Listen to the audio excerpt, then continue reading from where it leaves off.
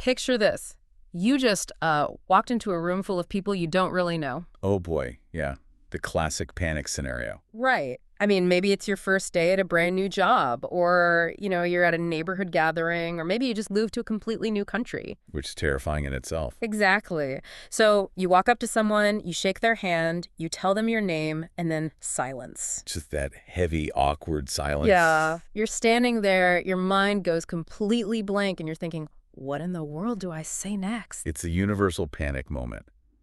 I think, honestly, every single person listening right now knows exactly what that awkward silence feels like. Oh, absolutely. It's that critical moment where a conversation either takes off or it just completely crashes and burns. And it can be, well, incredibly intimidating, especially if you're trying to make that connection in a language you're still learning. Exactly. And that is exactly why we are here today. Welcome to the Deep Dive, brought to you by Tim's English Channel. So glad to be here. If you are looking to build your confidence and, learn how to speak real, natural English, you have found the perfect place. Today, we are taking a deep dive into the absolute best tool you have to break that awkward silence. We're looking at the linguistics of human connection.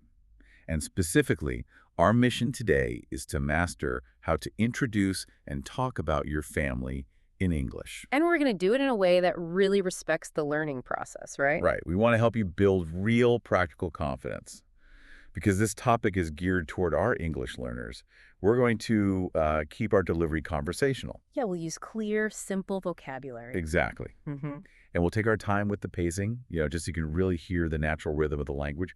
But we're also going to dig into the fascinating reasons why English treats family vocabulary the way it does. Okay, so let's unpack this right from the start. Why family? Like when we face that awkward silence, why do we almost always start by asking about family instead of, say, I don't know, our favorite movies or the weather or what we had for breakfast? It's a great question. If we connect this to the bigger picture, it really comes down to human anthropology. Oh, wow, getting deep right off the bat. Well, yeah.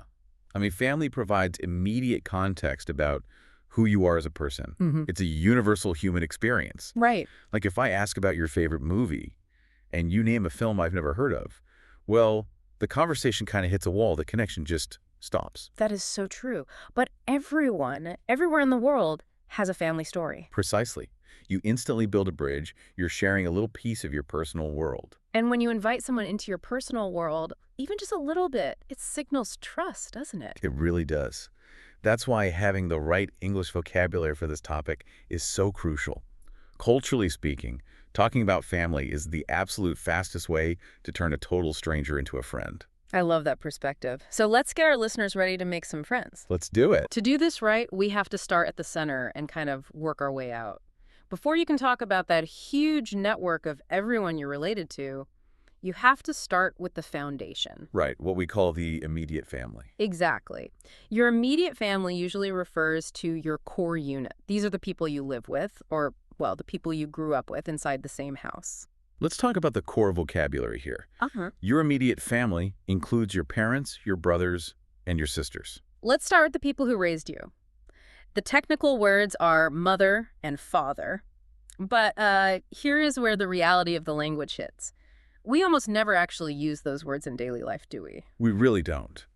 I mean, while mother and father are grammatically perfect, they carry a very specific formal tone. Yeah, like you're in trouble or something. Right. If you use them in a relaxed conversation, it sounds like you're reading from a legal document or a medical form. In real, natural, everyday English, we just use mom and dad. It is so interesting how that psychological distance works. Like if I say, my mother is an excellent cook, it sounds like I'm, I don't know, giving a speech about her at an award ceremony. Yes, exactly. It feels very rigid. But if I say, my mom is an excellent cook, it sounds warm. It sounds like I actually love her. It's all about that warmth. Yeah. Linguistically, sounds like ma and pa or da are among the very first sounds human babies can physically make. Oh, that makes so much sense. Yeah, so words like mom and dad feel deeply personal and primal. It just instantly warms up your English. Okay, so that covers mom and dad. But let me ask you about the other people in the house, the brothers and sisters. There is a collective word we use for them, which is siblings. Yes, siblings. But honestly, whenever I hear the word siblings, it sounds surprisingly formal to me. Why do we rely on such a, clinical-sounding word? It's a really great observation. Sibling does sound a bit academic, but its utility completely outweighs its formality. Oh, so. Well, think about the alternative. If someone asks about your family, saying, "Do you have any brothers and sisters?" takes a lot of breath. And saying, "I have 2 brothers and 1 sister," takes time. Ah, Sibling is just an incredibly efficient tool. It saves you from repeating brothers and sisters over and over again. So if someone asks, "Do you have any siblings?" they just want a quick head count of the other kids in your house. that makes perfect sense. It's basically built for speed. So let me ask you, do you have any siblings? I do. I have 2 siblings. I have 1 older brother and 1 younger sister. Nice. What about you? Let's use your background as an example for the listeners. Well, I have a very small family. It's just my mom, my dad, and me. I do not have any brothers or sisters. Which brings us to a specific and very common phrase in English. Because you have no brothers or sisters, you are an only child. Yes, the classic only child, which basically means I was the only baby in the house. No sharing required. Exactly. I never had to share my toys, but, I also had to learn how to entertain myself on a rainy day. And this brings up a great point about how we describe our families right off the bat. The total size of your family is usually the very first detail you share with a new friend. It really is. It sets the stage for everything else. Yeah. And there are 2 very precise, natural phrases you can use to establish this. Okay, what's the first one? The first one is very direct. There are a number of people in my family. So for my immediate family, I would say there are 5 people in my family. Got it. And the second phrase is a bit more descriptive, Reggie. You can say, I come from a size family. Exactly. For example, I come from a large family, or I come from a medium-sized family. For me, I would say, I come from a small family. The reason you want to start with one of those 2 phrases is that it gives the listener an immediate mental framework. Like laying the groundwork. Yeah, by telling someone, "I come from a small family," you've poured the foundation for the conversation.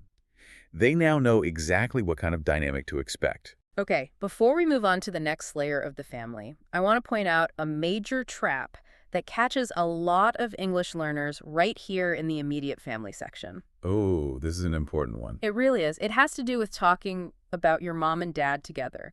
Let's say I want to tell someone that my mom and dad are very kind people. A lot of learners will say, my parent is very kind. Ah, yes. Forgetting the plural S. Right. This is a very subtle trap, but it completely changes the meaning of your sentence.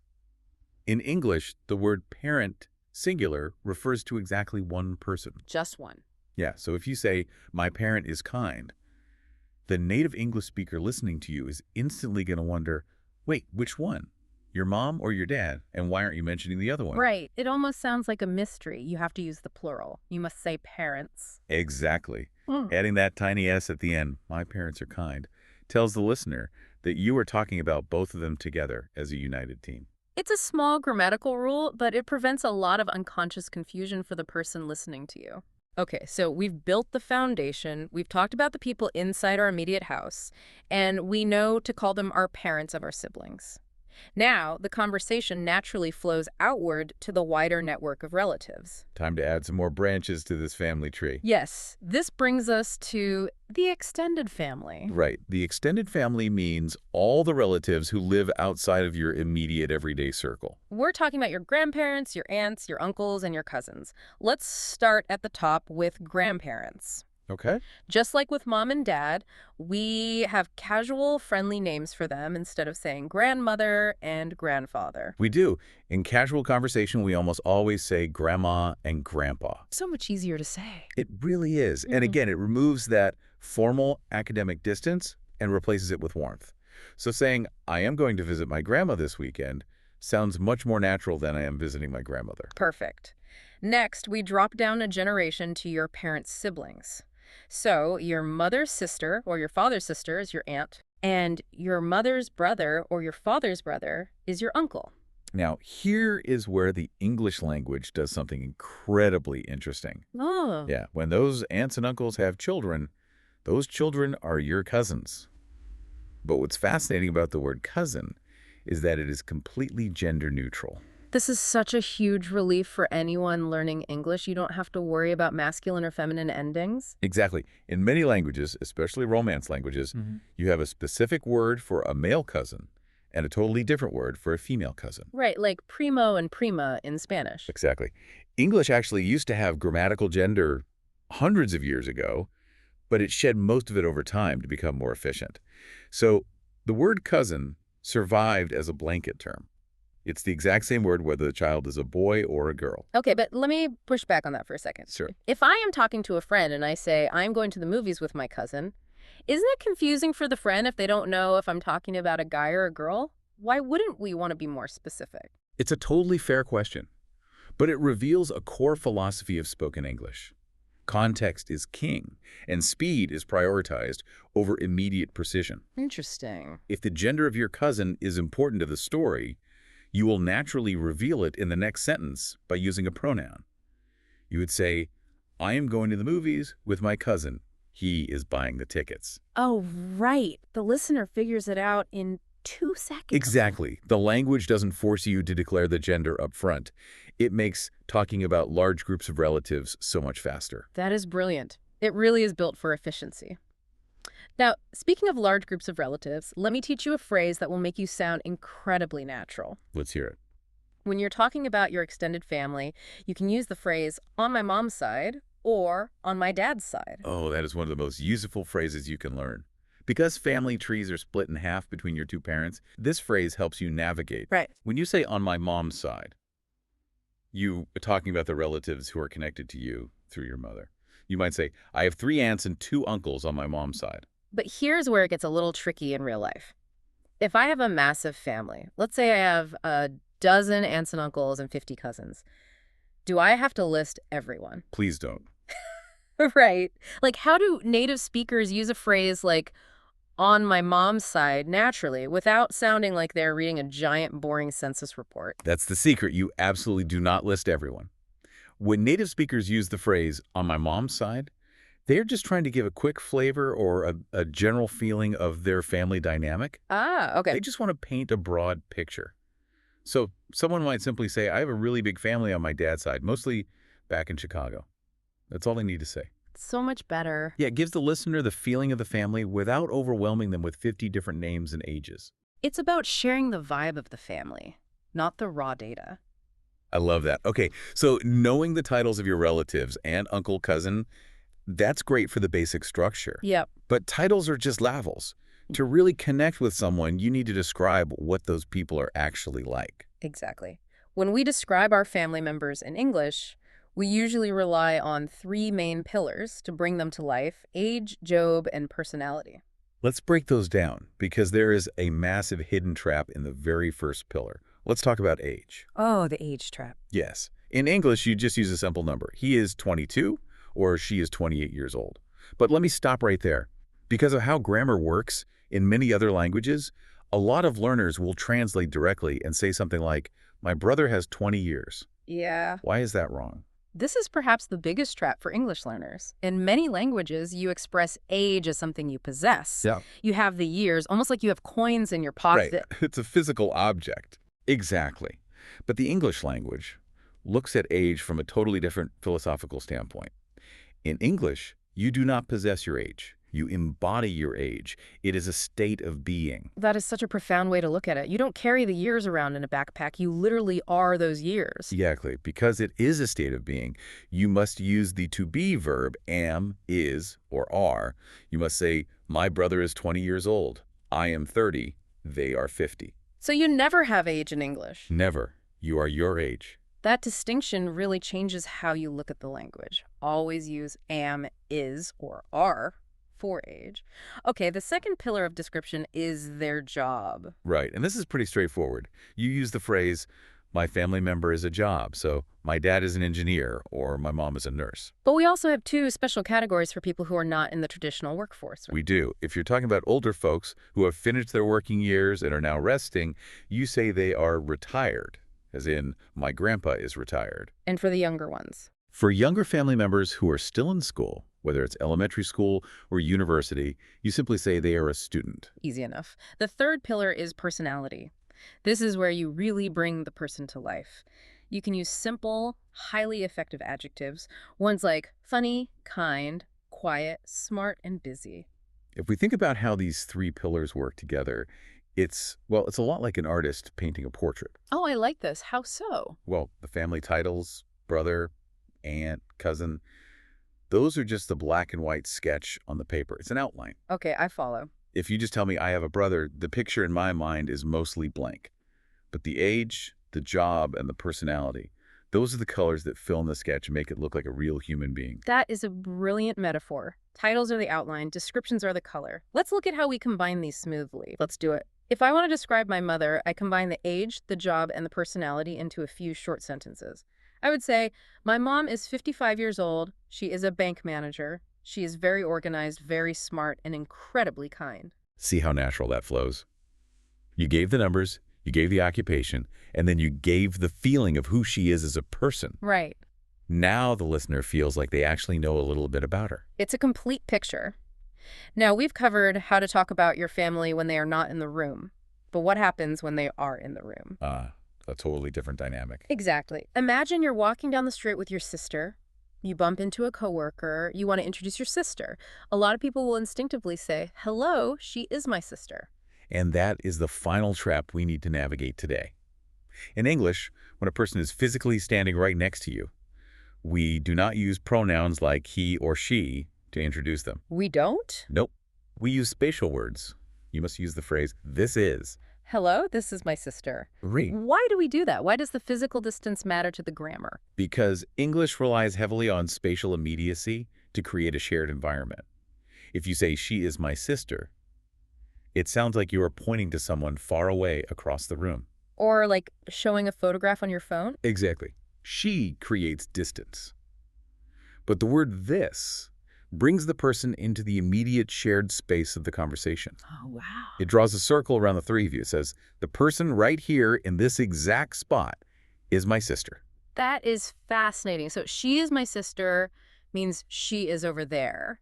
This is my sister means she is right here. Exactly. Now, if you accidentally say she is my sister when she's standing right next to you, people won't be confused. They'll still know what you mean. Right. They will completely understand you.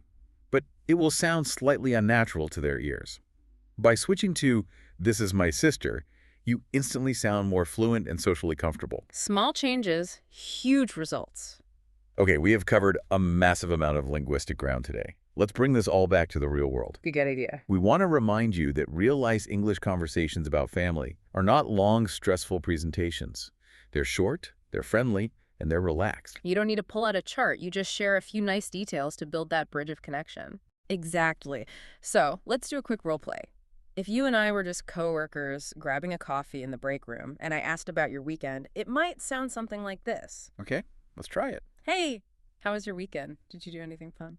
It was great, actually. I went to my parents' house for a big dinner. It was my grandpa's 80th birthday. Oh, wow. Happy birthday to him. Was it a big party? Yeah, pretty big. Most of my extended family was there. My aunts, uncles, and all my cousins. That sounds so fun. Do you have a big family? Yes. On my dad's side, we have a huge family. I have 12 cousins.